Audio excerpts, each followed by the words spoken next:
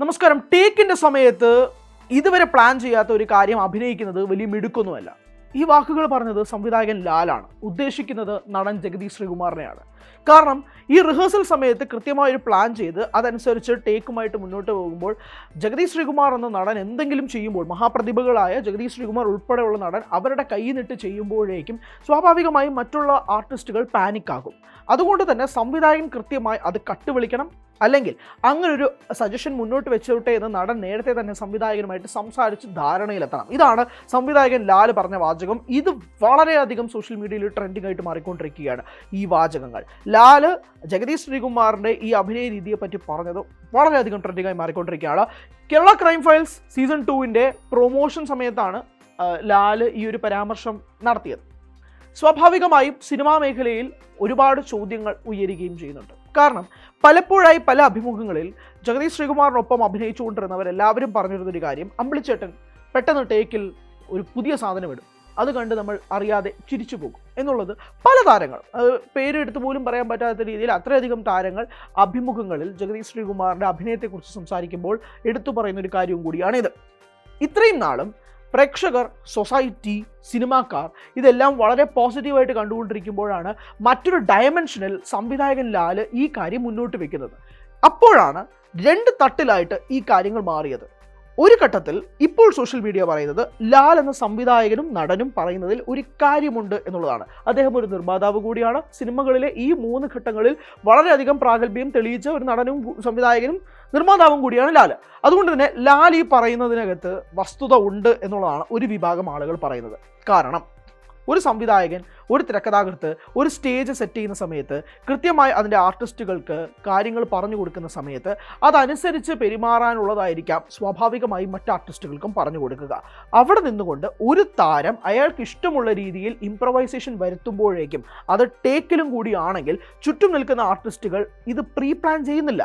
അവർക്ക് എന്താണ് നടക്കുന്നതിനെ സംബന്ധിച്ച് ധാരണയുമില്ല. അപ്പോൾ ഒരു ആർട്ടിസ്റ്റ് കാണിക്കുമ്പോൾ ഓട്ടോമാറ്റിക്കലി ഇത് റെസിപ്രോക്കേറ്റ് ചെയ്തില്ലെങ്കിൽ അവിടെ ആ സീൻ ബ്രേക്കാവും, വീണ്ടും ഒരു ടേക്ക് പോകണം. അല്ല, നേരെ മറിച്ച് നേരത്തെ എല്ലാം പ്ലാൻ ചെയ്തതുപോലെ അതനുസരിച്ച് പോവുകയാണെങ്കിൽ സ്വാഭാവികമായിട്ടും ഇതിനകത്തൊരു കൃത്യമായ പേസിംഗ് ഉണ്ടാകും. ആ സീൻ കട്ടാവും, അടുത്ത സീനിലോട്ട് ഷിഫ്റ്റും ചെയ്യാം. ഇവിടെ സംഭവിക്കുന്ന പ്രധാനപ്പെട്ട കാര്യം എന്താണെന്ന് വെച്ചാൽ, ഇങ്ങനെ ഓട്ടോമാറ്റിക്കലി ബാക്കിയുള്ള താരങ്ങൾ കോൺഷ്യസ് ആവണം. ജഗദീഷ് ശ്രീകുമാർ എന്ന താരം ഇപ്പോൾ അദ്ദേഹത്തിൻ്റെ കയ്യിൽ നിന്നും ഒരു സാധനം ഇപ്പോൾ ഇടും, അതുകൊണ്ട് തന്നെ ഞങ്ങൾ കോൺഷ്യസ് ആകണം എന്ന് പറയുമ്പോൾ സ്വാഭാവികമായിട്ടും മറ്റ് ആർട്ടിസ്റ്റുകൾ കോൺഷ്യസ് ആവാൻ തുടങ്ങും. അവിടെ ആക്ടിങ് എന്ന് പറയുന്നൊരു സംഭവം വരും, അഭിനയം ഫീൽ ചെയ്യും എന്നുള്ളതാണ് സോഷ്യൽ മീഡിയയിലെ ഒരു വിഭാഗം ആളുകൾ പറയുന്നത്. അവർ പറയുന്നത് ഈ അഭിപ്രായത്തെ സാധൂകരിക്കുന്നതാണ്. മറ്റൊരു വിഭാഗം പ്രേക്ഷകർ ജഗദീഷ് ശ്രീകുമാർ എന്ന ആക്ടറിൻ്റെ വേഴ്സറ്റാലിറ്റിയെക്കുറിച്ചാണ് സംസാരിക്കുന്നത്.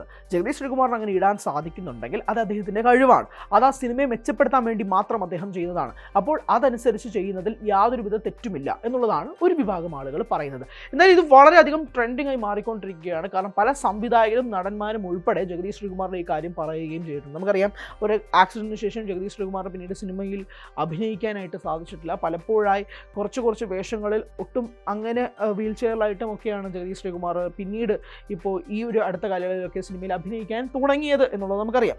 CBI 5 ദ ബ്രെയിൻ, മമ്മൂട്ടി നായകനായി എത്തിയ ചിത്രത്തിൽ കെ മധു സംവിധാനം ചെയ്ത ചിത്രത്തിൽ ജഗതി ആകെയുള്ള ഒരു സീനാണ്. ആ സീൻ വളരെ ഇമ്പോർട്ടൻറ്റ് സീൻ കൂടിയായിരുന്നു ആ സിനിമയിൽ. സിനിമ വർക്കായില്ല എന്നുള്ള രണ്ടാമത്തെ കാര്യം, പക്ഷേ ആ സീൻ വളരെ ഇമ്പോർട്ടൻ്റ് ആയിരുന്നു. ജഗതി എന്ന ക്യാരക്ടറിനെ വെറുതെ അല്ല കൊണ്ടുവന്നത് എന്നുള്ള പ്രേക്ഷകരുടെ പ്രശംസ സംവിധായകൻ കെ മധുവിനും തിരക്കഥാകൃത്ത് SN സ്വാമിക്കും അതുമായി ബന്ധപ്പെട്ട് ലഭിച്ചിരുന്നു. ഇപ്പോൾ ഏറ്റവും ഒടുവിൽ ജഗദീഷ് ശ്രീകുമാർ അഭിനയിക്കുന്നത് അരുൺ ചന്തു സംവിധാനം ചെയ്യുന്ന വല എന്ന ചിത്രത്തിലാണ്. അതിനകത്ത് വളരെ പ്രോമിനൻ്റ് ആയിട്ടൊരു റോളാണ് ജഗദീഷ് ശ്രീകുമാർ ചെയ്യുന്നത് എന്നുള്ളത് അവരുടെ ആ ഒരു ടീസറിൽ നിന്ന് വ്യക്തമാണ്. അതിൽ എങ്ങനെയാണ് ജഗദീഷ് ശ്രീകുമാറിനെ കൊണ്ടുവരുന്നത് എന്നുള്ളത് വളരെ രസകരമാണ്. കാരണം ആ ടീസറിൽ ബേസിലിനൊപ്പം മഞ്ജു വർഗീസിനൊപ്പം ജഗദീഷ് ശ്രീകുമാർ നടന്നു വരുന്ന ആ ഒരു സീക്വൻസ് വളരെ രസകരമായി ഫീൽ ചെയ്തു.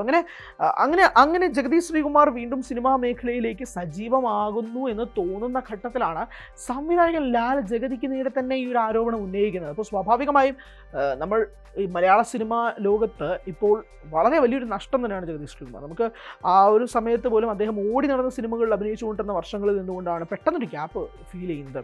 അപ്പോൾ ഈ ഒരു ആരോപണം അല്ലെങ്കിൽ ഈ ഒരു പ്രശ്നം ഉടലെടുത്തതിന് ശേഷം ലാലിന് നേരെ സൈബർ അറ്റാക്ക് ഉണ്ടാകുന്നു. ലാൽ പറഞ്ഞത് അനുകൂലിച്ചുകൊണ്ട് ആളുകൾ രംഗത്തെത്തുന്ന ഈ ഒരു ഘട്ടത്തിൽ ഇതുമായി ബന്ധപ്പെട്ട് ഒരു സിനിമയുടെ ഡെക്കോറം അല്ലെങ്കിൽ ഒരു സെറ്റിൽ ഇങ്ങനൊരു ആവശ്യകത ഉണ്ടോ എന്നുള്ളൊരു ചോദ്യം വളരെയധികം പ്രസക്തമാണ്. എന്താണ് നിങ്ങളുടെ അഭിപ്രായം? കമൻറ്റ് രേഖപ്പെടുത്തുക.